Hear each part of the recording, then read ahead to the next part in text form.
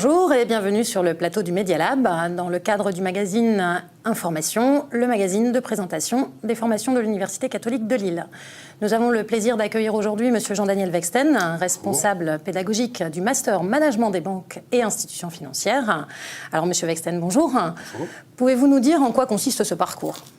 Alors c'est un parcours en 24 mois en alternance, pendant lesquels les étudiants suivent un parcours soit de chargé d'affaires professionnel, soit de chargé d'affaires entreprise, ou, troisième possibilité, chargé plutôt de la clientèle privée, c'est-à-dire la clientèle patrimoniale qui est gérée en agence.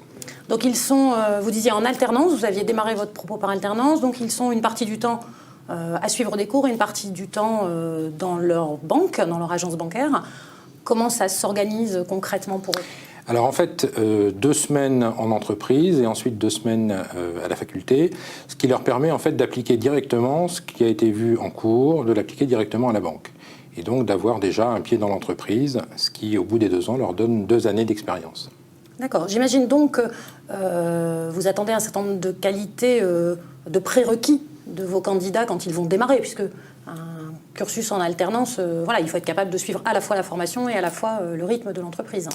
Exactement, et c'est vrai que c'est très important d'avoir des étudiants qui ont déjà un bon bagage, puisque dans les matières qu'ils vont travailler, plusieurs sont dans la suite de ce qui a été vu en licence, et le rythme de l'alternance étant plutôt dense, il faut que les étudiants aient la capacité justement de s'inscrire dans ce rythme.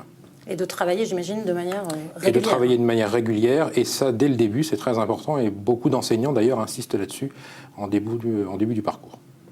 Donc les spécificités du parcours, vous disiez finalement 3 options au sein même de ce master.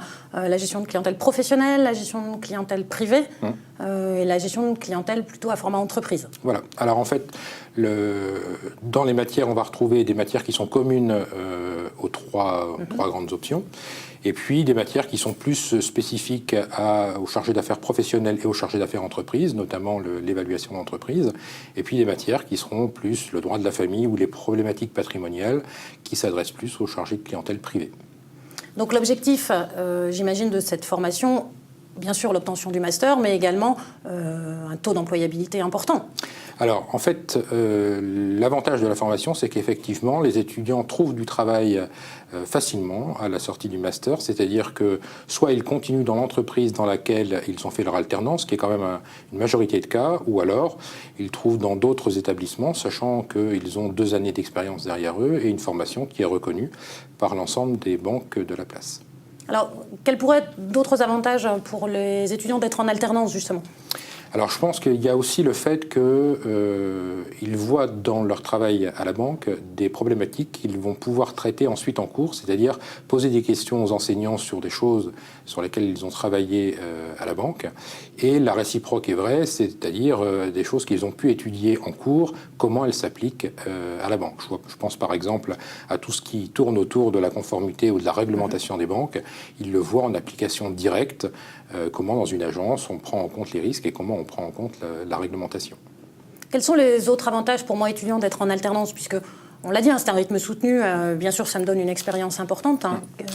Quels sont les autres avantages ? Je pense que c'est important aussi parce que l'alternance en banque, c'est devant des clients. Et le fait d'avoir des contacts réguliers avec le public des agences, ça veut dire aussi apprendre à argumenter, à avoir une démarche plutôt commerciale, et donc même dans la vie professionnelle, dans la manière dont on va convaincre les gens, je pense que c'est aussi important. D'accord. Alors, l'alternance se fait en contrat de professionnalisation. Est-ce que moi, étudiant, je suis rémunéré ? Comment ça fonctionne ? Alors, l'étudiant est rémunéré à 80% du SMIC et la scolarité est prise en charge. Ça veut dire que l'étudiant, pendant les 2 années où il sera en formation, n'a pas de fonds à débourser et la formation est complètement prise en charge. Et en plus, il est rémunéré Et en plus, il est rémunéré donc, pendant ces deux années, ce qui lui permet d'avoir une certaine autonomie. D'accord. À l'issue du contrat, vous nous disiez la très grande majorité est Oui. embauchée soit dans la banque dans laquelle il a fait son alternance, soit dans une autre agence bancaire. Oui. Alors ça peut être aussi dans des organismes qui sont plus spécialisés. Je pense par exemple à la Banque publique d'investissement, ou des organismes de crédit, ou plutôt des gens qui iraient vers la gestion de patrimoine, donc dans des structures plutôt axées vers la gestion de patrimoine. Je dirais le spectre des différents employeurs potentiels est quand même assez large. Et aussi le spectre finalement des métiers au-delà du premier Exactement. métier de l'alternance.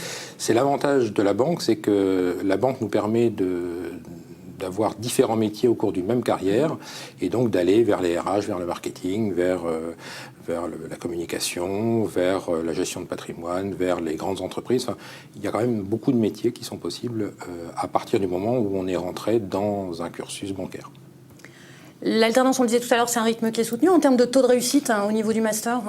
Alors le taux de réussite est bon, surtout lorsqu'on veille à être régulier dans le travail dès le début.